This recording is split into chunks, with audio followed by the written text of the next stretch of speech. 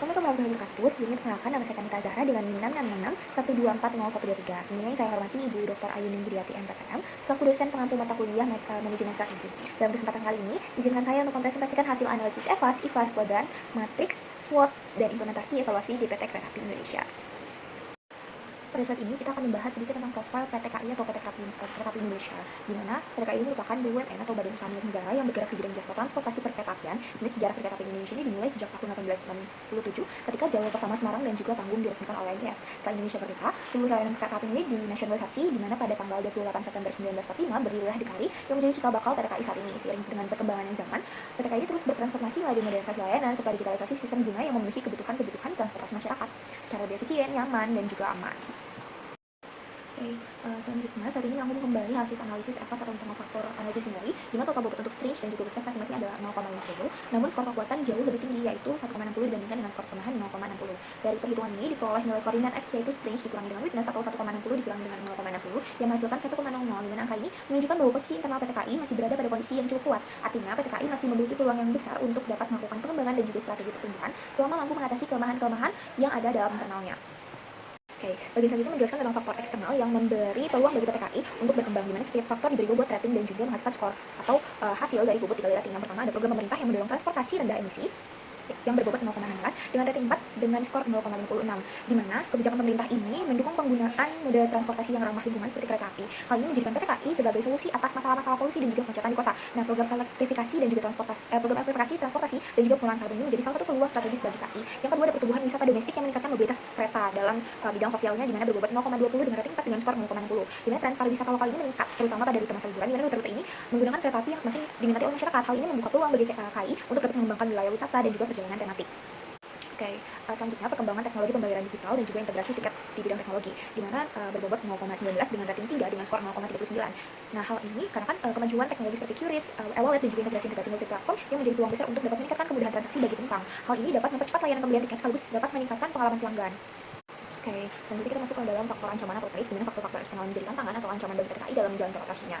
Yang pertama itu ada meningkatnya jumlah armada bus premium dan juga travel online di bidang industri dengan bobot 0,15 dan juga rating 2 yang masukkan skor 0,24, di mana kompetitor seperti bus premium dan juga travel online ini menawarkan fleksibilitas rute sehingga harganya kompetitif, di mana persaingan semakin kuat karena transportasi darat ini lebih nyaman dan juga mudah dipesan secara daring. Yang kedua ini ada kerentanan rel terhadap bencana alam kayak banjir, longsor, dan juga cuaca ekstrim dengan bobot 0,13 dan juga rating 2 yang masukkan skor 0,22. Di mana jalur rel ini sangat bergantung pada kondisi alam. Oleh karena itu, bencana ini dapat bencana alam seperti banjir dan juga longsor ini dapat mengganggu jadwal perjalanan yang menyebabkan biaya perbaikan yang cukup besar. Yang ketiga ini ada fluktuasi ekonomi dan juga inflasi yang berdampak pada biaya operasional di bidang ekonominya dengan bobot 0,14, rating 2 dan juga skor 0,22, di mana kenaikan harga listrik, bahan bakar, material perawatan dan juga inflasi umum yang meningkatkan biaya operasional KAI.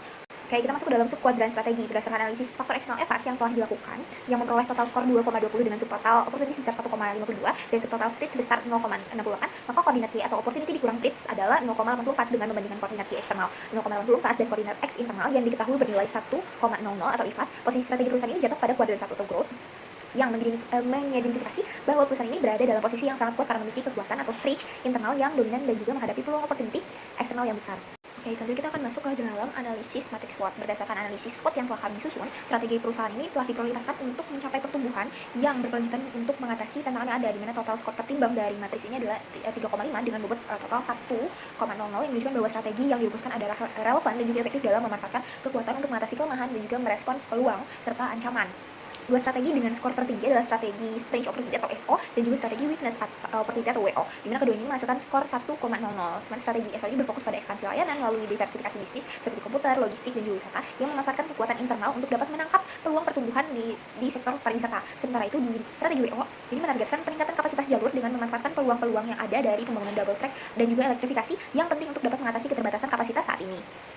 Dua strategi lain yaitu ada strategi trade atau ST dan juga strategi weakness trade atau WT, di mana masing-masing ini memperoleh skor 0,75, di mana strategi ST ini menekankan kepada optimalisasi sumber daya manusia atau SDM dan juga digitalisasi seperti implementasi sistem etiket sebagai langkah mitigasi ancaman sekaligus langkah peningkatan efisiensi beban perawatan. Terakhir di strategi WT ini menitik beratkan kepada peningkatan efisiensi penggunaan dana operasional melalui pengaturan prioritas anggaran dan juga sistem monitoring yang ketat sebagai upaya untuk memitigasi risiko dari ancaman eksternal dan juga kelemahan internal di BRK ini. Di mana secara keseluruhan hasil ini menegaskan bahwa fokus utama perusahaan ini harus berada pada pemanfaatan peluang eksternal melalui diversifikasi dan juga peningkatan infrastruktur, di mana untuk dapat memperkuat efisiensi internal dan digitalisasi untuk dapat memitigasi resiko-resiko yang ada di internal maupun eksternal. Oke, selanjutnya kita masuk ke dalam slide balance scorecard atau BSC, di mana BSC ini merupakan kerangka kerja manajemen kinerja yang mengukur keberhasilan perusahaan dari 4 perspektif, yaitu ada financial, customer, internal process, dan juga learning and grow. Dalam gambar, keempat perspektif ini diberi presentasi pencapaian dan juga fokus dalam strategi masing-masing. Di PTKI, perspektif financial ini berjumlah 85%, di mana fokus utamanya ada pada profitabilitas, efisiensi biaya, dan juga keberlanjutan operasional kereta api. Dengan indikator kinerja, pendapatan tiket penumpang dan juga angkutan barang, efisiensi biaya operasional seperti BBM, listrik, perawatan, kereta, dan juga rel, ada tingkat okupansi atau load factor penumpang, ada profitabilitas per rute, dan juga yang terakhir ada pendapatan non-tiket seperti retail stasiun, parkir, dan juga iklan. Di mana PTKI ini menekankan peningkatan pendapatan dan juga pengendalian biaya agar operasional ini tetap sehat serta dapat berjalan secara berkelanjutan. Oke, selanjutnya kita masuk ke dalam perspektif customer yang kedua ada perspektif customer sebesar 88% dengan fokus utama kepuasan pelanggan dan juga pengalaman perjalanan. Dengan indikator ketepatan waktu atau on time performance, ada survei kepuasan pelanggan, jumlah komplain dan juga jumlah penyelesaian komplain, ada kebersihan kereta dan juga kebersihan stasiun, kenyamanan fasilitas seperti AC, bangku, aplikasi pemesanan. Di mana hal ini bermakna bahwa PTK ini ingin meningkatkan kualitas layanan langsung yang dirasakan oleh pelanggan, baik dari sisi ketepatan waktu maupun kenyamanan fasilitas. Oke, dimana dalam kesimpulan secara keseluruhan kinerja PTK ini menunjukkan peningkatan yang sangat-sangat baik melalui langkah-langkah strategis yang berfokus kepada peningkatan layanan, efisiensi operasional, dan juga kualitas sumber daya manusia. Dimana peningkatan ini didukung oleh transformasi digital, modernisasi teknologi, dan juga perbaikan sistem informasi yang membuat layanan semakin responsif dan juga efisien.